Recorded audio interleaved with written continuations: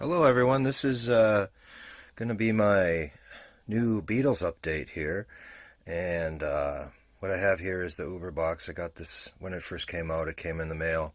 This is the first time I've had since I came back from vacation to post anything on it. I really haven't had the chance to listen to it because I've been working and doing other things, but this thing actually sat out in my driveway for like 6 days until I got home from our trip when we went to Savannah and Charlotte. But it was still there. We got a long driveway. There's an alcove at the near our doorway where nobody can see this, so that's where they stuck it, and it was very well packaged in styrofoam and the box. So there's no chance that it would have been damaged, and it isn't damaged. At this point, I don't really want to say anything on it because I haven't listened to it. I know that there's certain people on the internet that have ad nauseum gone into what they think of this box set, the Maslows and Mayos of the world, and the other people who have had comments to say on it. I think that it's a piece of art right now. It was well worth the money to get it, and I'm happy to have it and add it to my collection. It's beautiful. The box, everything in it is gorgeous, and it was well worth it. I wish they would do something like this with Let It Be. Put it in some gigantic box, put all the CDs in it, whatever, a canister, film canister, put the tape reels, all of the video, everything, put it all out like this, and have a gigantic Let It Be Uber box set. But that is my Harrison Uber. The only thing I've listened to is the 2 CD, so I'm going to pause it for just a second. 3 CD, I'm going to pause it for a second. So here is the only thing I've listened to is this Target one. And the reason why I got this is because it has the stickers in it. So I picked this up. I thought the stickers were cool. I actually wanted to wait to get the Japanese version of this, which hasn't been offered yet on eBay. There's a place in Kentucky that gets all these Japanese CDs and almost as soon as they're released. But this sounds good. I look forward to listening to the Japanese version of it when it comes out, because I think that would be the one you really got to register it by. They usually are fantastic sounding, but it sounds great anyway. I mean, it's just another version of All Things Must Pass, just like with the Beatles' Abbey Road and Sgt. Pepper and the White Album. And, for a fan, with the outtakes, they include a different variation of the sound where they bring certain things out, move certain things back. It's great to hear it. If it's available and you want to buy it, buy it. If you don't buy it. Don't waste your money on it.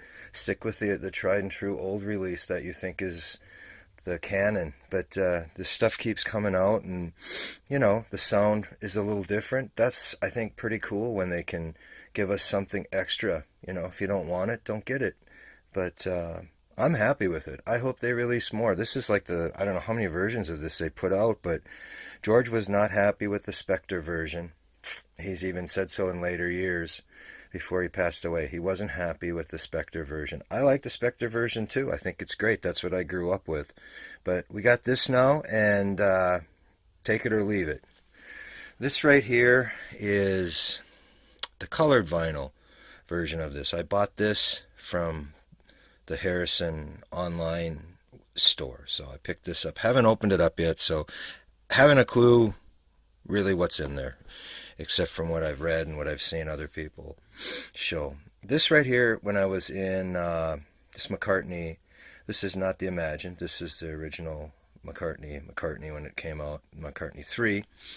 I picked this up in Charlotte when I was with Beatle Brad. We went to Noble Records. This is the independent white label version of this, and it's number 1820 out of 4000. It's a very good record. I really enjoy this record. I was happy to pick this up on white vinyl. I have numerous variations of this deal, and there it is, white vinyl. So, and it sounds good. I played it. So there's McCartney 2. This right here is, I forgot to post this in the last one. I received this as a gift from my friend from Germany. This is an original Yellow Submarine pressing. The condition isn't in very good shape, German pressing of this, but I'm happy to have it. It's on the Apple label,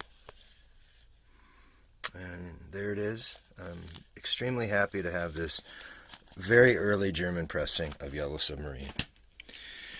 Now here is one of those limited edition, when they put these out at the end of the vinyl run, Capitol did. This is Let It Be, limited edition, still sealed, never been opened. It's got the barcode on the back, and it's on Capitol Parlophone. There's no Apple in the middle, but still sealed. Now here's a gift my son got me, and he's in Charlotte. He picked this up for me at a shop out there. It's called Repo Records. You can see the little Repo record thing over in the corner there, a sticker, because I went there too when I went out there to see him and Beatle Brad. But this is a UK press, very early UK press of sometime in New York City, and it's in great shape. If I can get it here, get it out. There you go. So UK pressing of that album, which is, it's not a bad album actually. When you listen to it now, give it a re-listen, especially the Lennon songs. I really enjoy the Lennon songs on there. He got kind of dissed because it's political.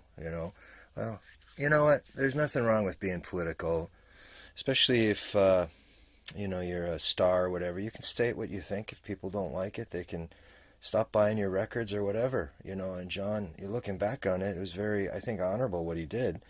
He was willing to criticize certain things, like, how the British were treating the Irish and certain things that were happening in America, at the time.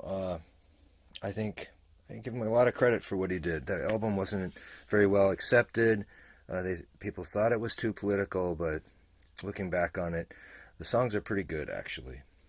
Here's a McCartney 2, before McCartney 3. This is a Canadian pressing.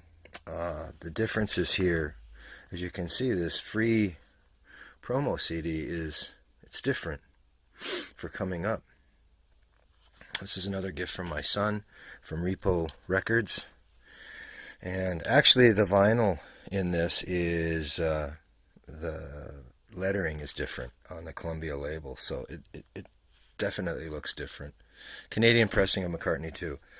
This I picked up in Savannah when I was there recently. This is a promo copy, actually an upgrade for me. As you can see, it's got the promo stamp right there. So, there you go. And here is like, this vinyl is mint, but there is the McCartney 2 promo label. This next one is something new on Capitol. Actually, this is like one of the last Capitol releases for this title. Flip it over here and you can see it's got a barcode on it. Very hard to find these with the barcode. And also, it's on a purple Capitol label, but the dome is the small version of the Capitol dome. So, and usually these purple labels, they sound very good. A lot of them were remastered for disc by Wally, and they sound great. I didn't look to see who remastered that for disc. I haven't even played it, but it's one of those ones that I need to complete that run. Now here's a McCartney 1. We got 1, 2, and 3 here. This is McCartney's first album, the Cherries album, as it's also called. And this one right here is on the Fame label, as you can see. It's actually a German pressing on the Fame label. It's not a gatefold. It's non-gatefold. It's got a barcode up there. I guess this Fame label was like a budget line, but it sounds great. I did play this one. And there is comes with a little Fame inner sleeve. And you can see there's the Cherries album there. You flip it over. Let me see if there's any other Beatles on here. I thought there was one other one. There is a Plastic Ono Band. Love to get my hands on that one on this label. There was one more, I thought. Let me see. Yeah. Oldies, but goldies. So let's see if we can pull this out. It is on a German label. So there you go. Now, these, I've got another copy of this, but this was in such nice shape. And it's a variation from a different printing plant in the U.S. from the time. The Beatles songbook. I picked this up because when I was out in Savannah, this guy had it for, I don't know, like $8. I picked it up, a run of these. I got this one. I got volume 2 of the Beatles songbook, Holly Ridge Strings. And then I got volume 3. So they're all together here. And I was happy. This is actually on a green, lime green Capitol label. So I've got volume 4. That's the one that's got, there's a strawberry on it for Strawberry Fields. And I think it was the last one they did. This one right here is a boot, Vancouver 64. I've got another pressing of this with a color sleeve. But every time I find these older bootlegs, I pick them up. I picked this up in Savannah. I got this one in Savannah also because it has the hype sticker on it with 4 songs. I didn't know if they're from my other records, if I had this one or not. I have it. I've got another copy of this. So anyway, this is like in mint condition. It was in great shape too, so I picked it up. This one right here is a orange label Revolver, Orange Capital. USA pressing of Revolver. That's in beautiful shape. Here is McCartney Imagined. This is the indie exclusive on gold vinyl. I picked this up in Milwaukee when I was there. I haven't opened this one up. I probably won't. Here's another one I picked up in Milwaukee. Beatles live at the Palais des Sports in France, Paris. Flip it over for you. Kind of a nice little sleeve. So I bought that. Here's another one I got in Savannah. This is a double album of Venus and Mars outtakes. I know most of these have been out on, some of the stuff's out on the box set. But picked this one up. Here's a cool one I got in Savannah. The Beatles versus the Third Reich. One of the bootlegs I don't have. I have a large collection, but I thought this was kind of funny actually. Instead of the Four Seasons, it's versus the Third Reich. There you go. And hopefully there'll never be a Fourth Reich, huh?